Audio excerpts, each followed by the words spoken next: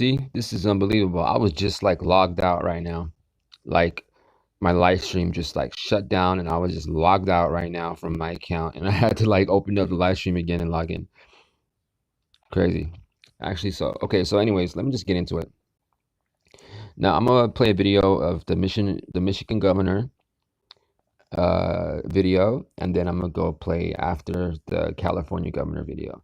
Now, what I am inviting you guys to see is basically how I receive information on a day-to-day basis, whenever I'm discerning, uh, what I see. And I'm just gonna invite you to just jump on the front seat and just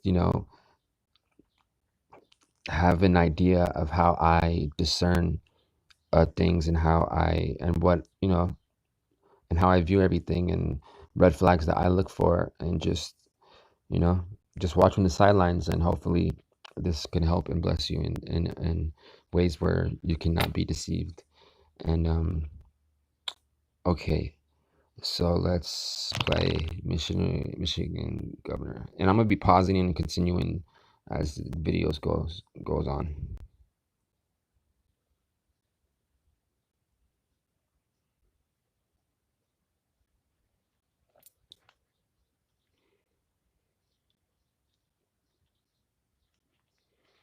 Wow, my connection is horrible.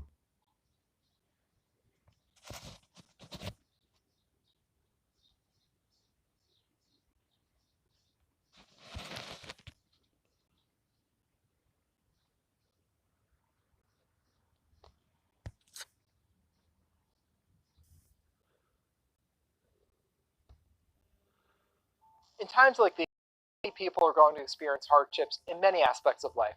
Hundreds of thousands of people are getting laid off left and right. And it's only a matter of time when the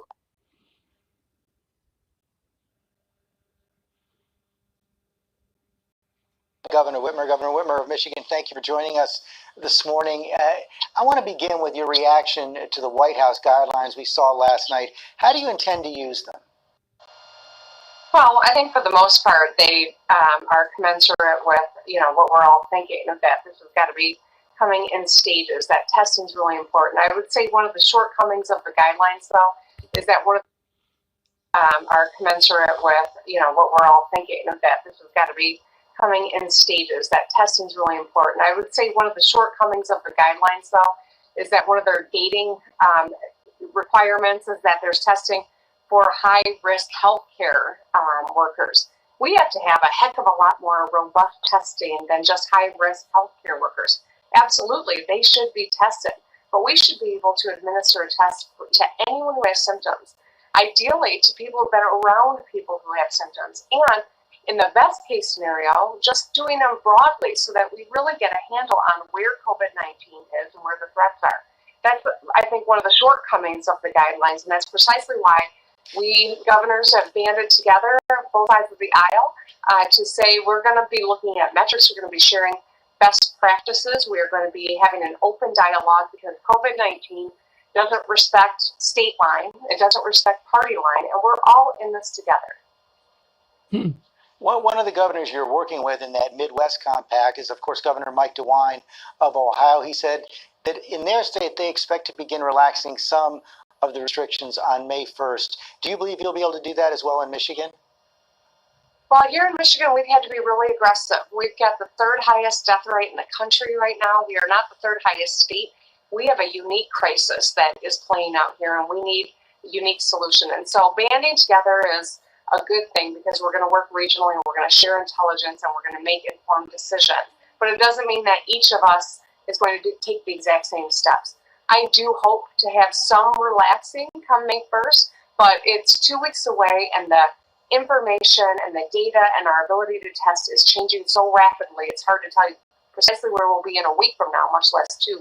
But we are looking very carefully at making sure that each decision we make is supported by the science, by the facts, the best interest of all, because that's ultimately what matters to our ability to ramp up our economy again and avoid a second wave, which would be devastating. Obviously, the economic and political pressure is building in your state. We've all seen those protests. And Alex Perez just reported on the several sheriffs who now said, you've overstepped your authority with these stay-at-home restrictions. Your response? 4 sheriffs out of 83 sheriffs making a point, that's fine. You know what? I can take it. If it makes people feel better to take their frustrations out on me, that's fine.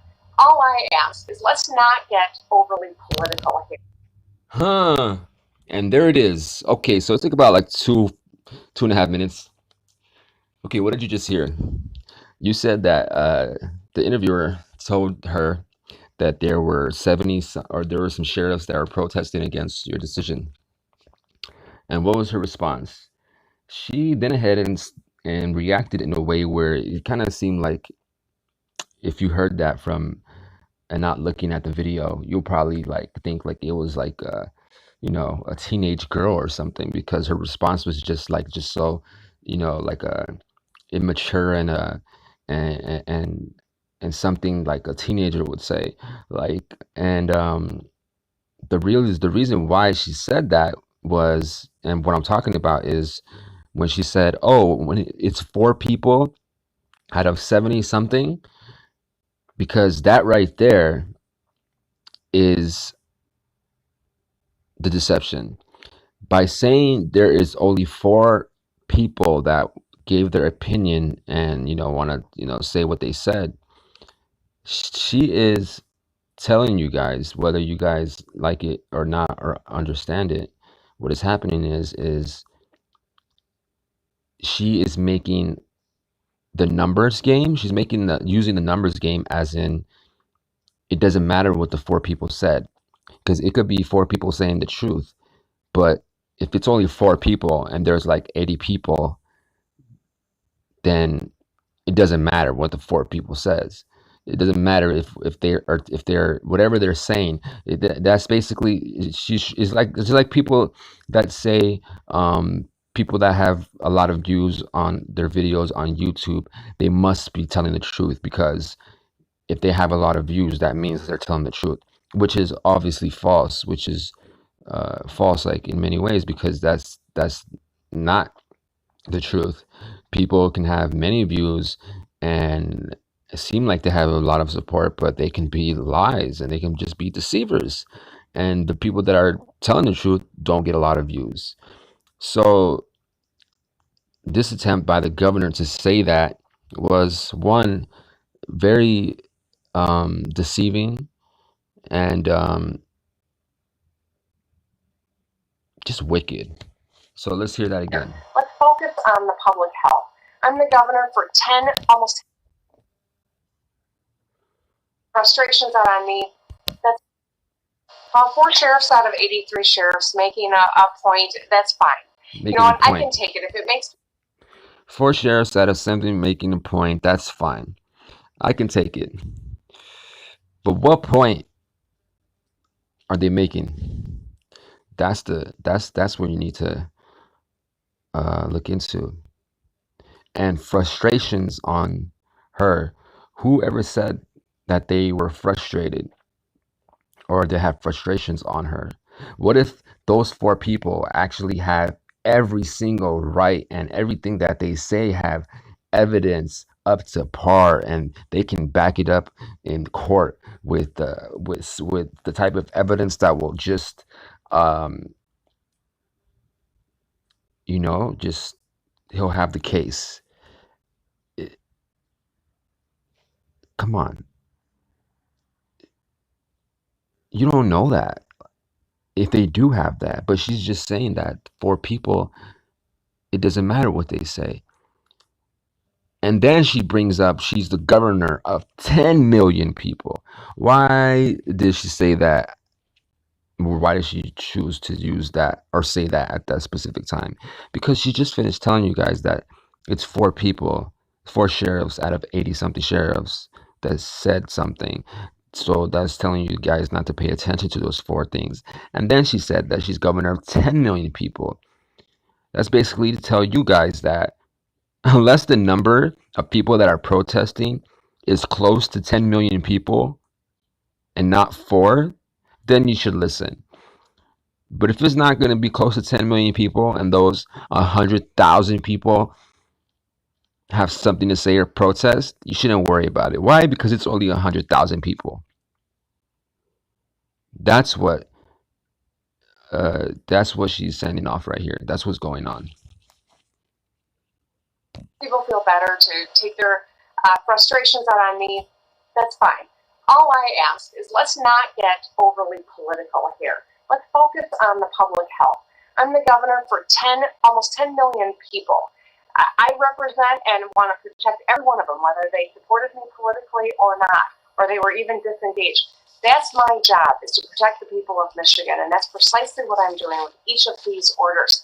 They weigh heavily on me. I know that when I close bars, there are going to be people who are laid off. When I pull kids out of school, there are kids who aren't getting the education they need or the meals that they've come to rely on. And each one of these weighs heavily. There's a price that's paid, and I know that there are a lot of businesses and people that are hurting right now. But the fact of the matter is, it's better to be 6 feet apart right now than 6 feet under. And that is the whole point of this. We've got to save lives. Every life matters.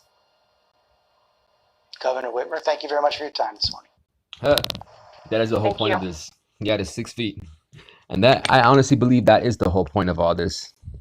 This whole thing is all about social distancing.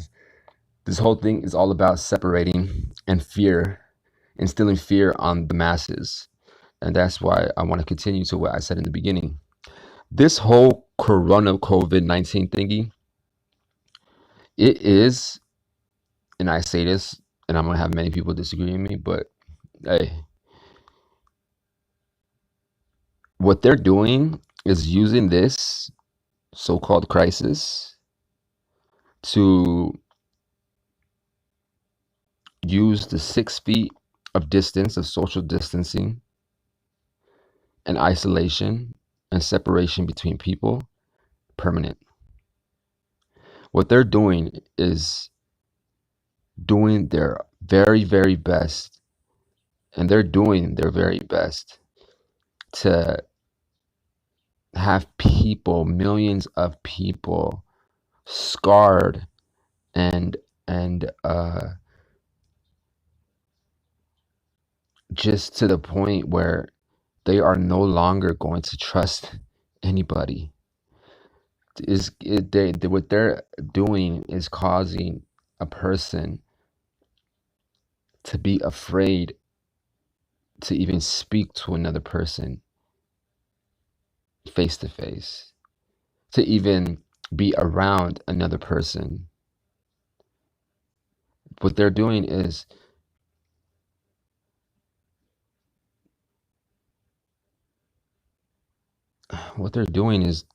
attacking the love.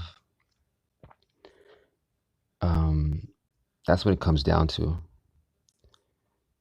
Because how can you expect someone to love their neighbor as they love themselves when you're not even allowed to go see your neighbor, or you're afraid to go even see your neighbor?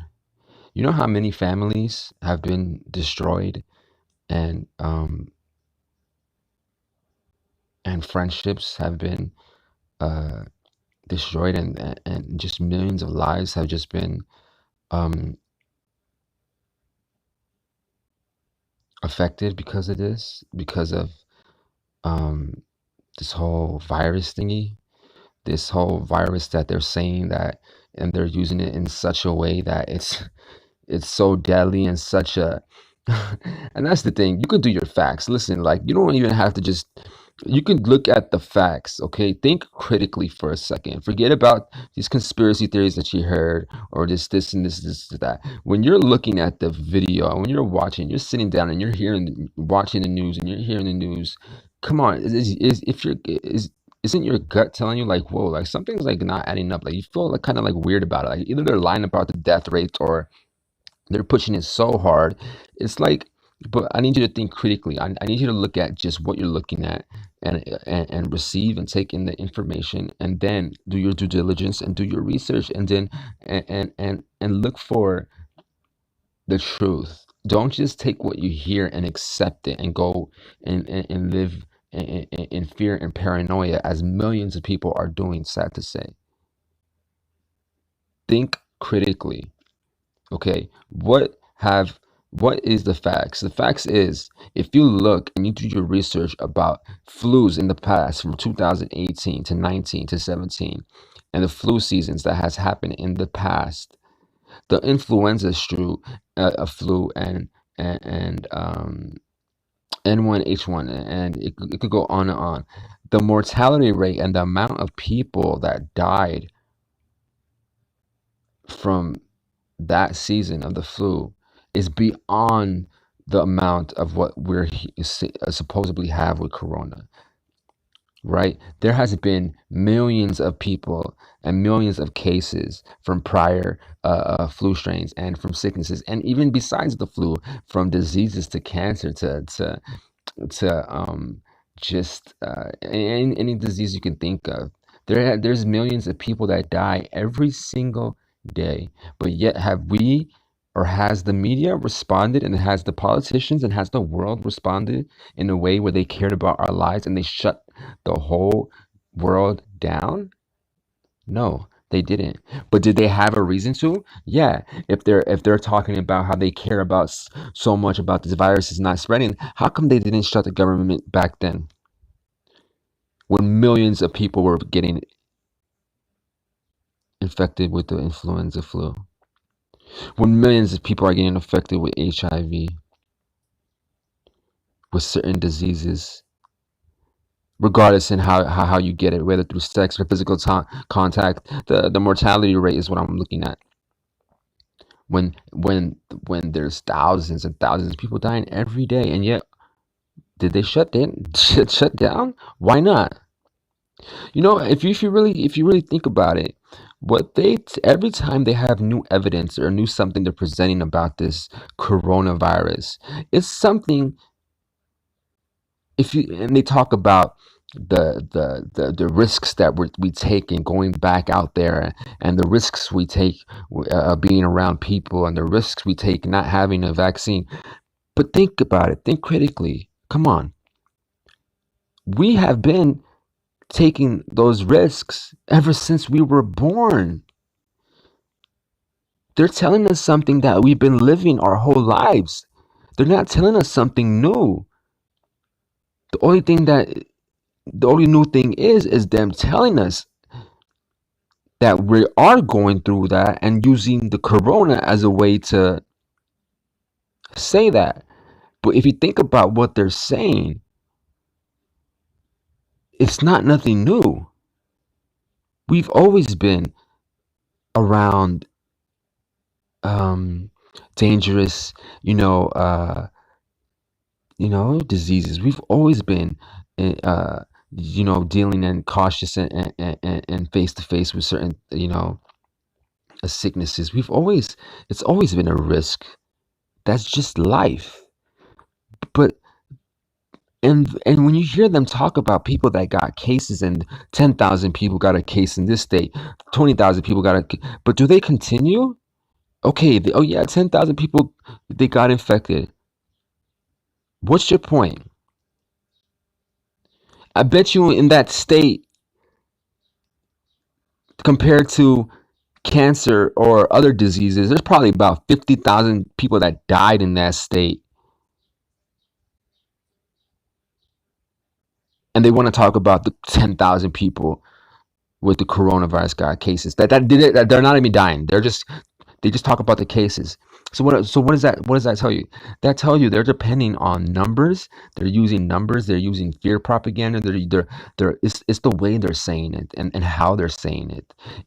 They bring up numbers and things to you, and they keep you on this fear train, and think about numbers, and the numbers are soaring, but then if you really think about it, there's no other person dying from anything else but the coronavirus. Right? Everything on the news that you're seeing is people dying from the COVID. There has yet been another person since this has started that died from anything else. If you think about it. Isn't that kind of weird?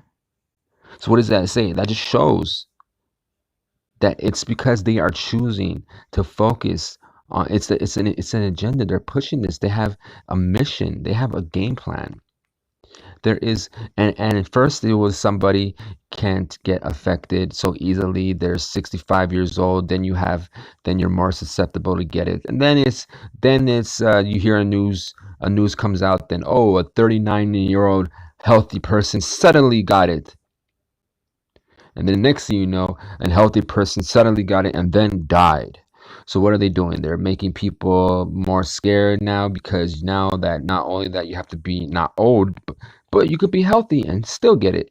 But that's not enough. Then what do you hear? Then you hear that you can be healthy and you can get it and you can overcome the COVID virus, right? But they're telling you that you should still be scared and still be in fear, because who knows, it can be reactivated and it could come back for round two. But not it doesn't stop there. Not only that, you could have been passing it to people without even knowing. So see what they're doing is they are continuing to open up the possibilities and the possibilities to what if, and this. You see what they're doing? They are bait and switch, bait and switch, bait and switch. What's going on?